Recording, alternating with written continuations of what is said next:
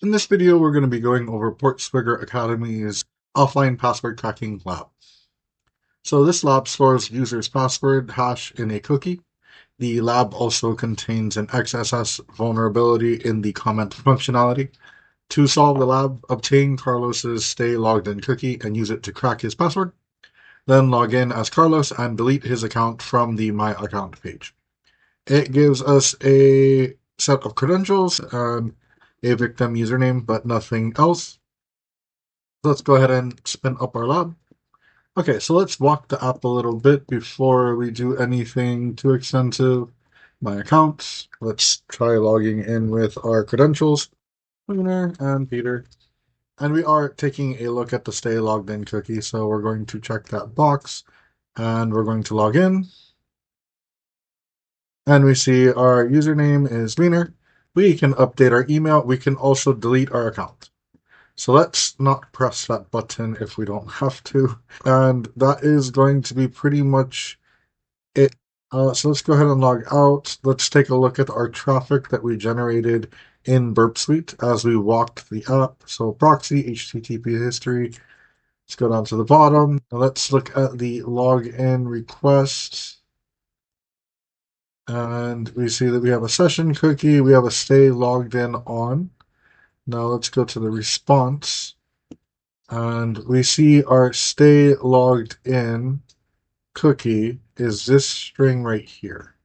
So if we right click the string and we send it to decoder and we decode as base64, we see that it is our username with a colon and a string of characters.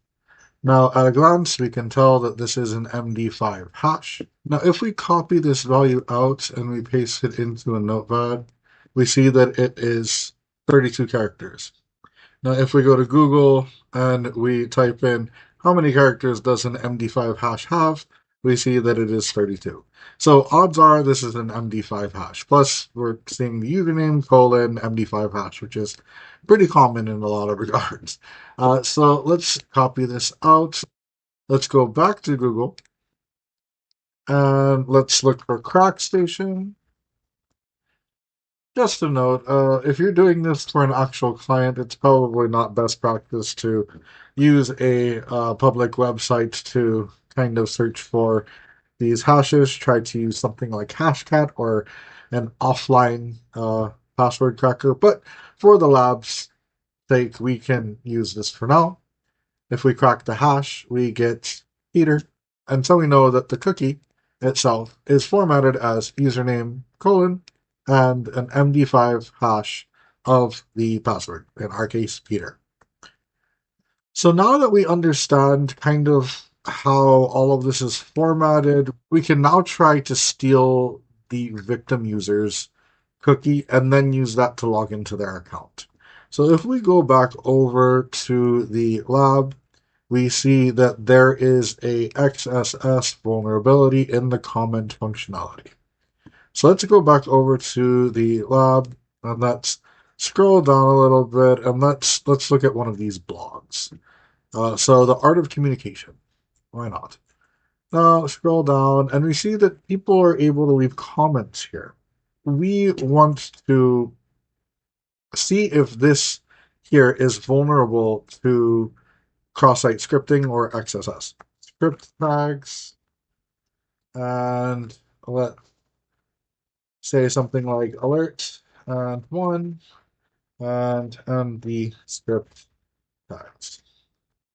And we can say that our name is Bob, and we can say our email is bob at bob.bob, and we can say that our website is bob.com, and I feel like it's going to ding us for not having an HTTPS at the beginning, but that should be good. We post a comment. We see the comment has been submitted back to the blog, and we see that we were able to pop a 1 with that little script that we wrote in there. Now, because we're able to do that, we can also do other things with those script tags. So if we wanted to say grab the cookie of a person that is navigating to this site, type in script, and then let's say document dot location is equal to. Now, we need to have a place for this to kind of call back to. We have an exploit server. So if we open up our exploit server button, we have a URL here. Copy this portion of it here, and we are going to paste it into that comment that we're making right here in quotations. Let's paste in our URL, and let's put two slashes at the beginning and a slash at the end, and end it with a quote. We're going to say plus and document dot, we want their cookie, and we're going to end the script tags. So this should effectively send the cookie of whoever is navigating to this page to this exploit server here, which should show up somewhere on this page here, or a related page. So let's say again, our name is Bob, and our email is bob@bob.bob, and we have https bob.com, and we should be good to go. So let's post a comment. Back to the blog. And let's go home. Go to the exploit server. And we have this access log at the bottom. So we see that we have a stay logged in cookie here. Now let's copy this value out. Now let's go back over to Burp. And let's paste that value here in decoder. And we'll decode as base64. And we see we have Carlos's username, colon, and we have an MD5 hash. So copy out that.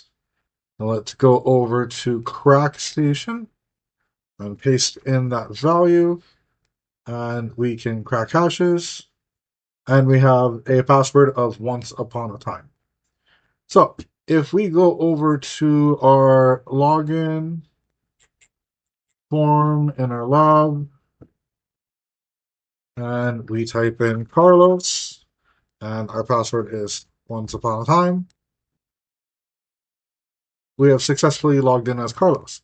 Now, if we go and look at the instructions of the lab, log in as Carlos and delete his account from the My Account page. So we're going to delete Carlos's account. So if we go over here, we can hit this delete account button, and we can paste in his password of once upon a time and delete account. And we have successfully solved the lab. Thank you so much for watching, and until next time, see ya.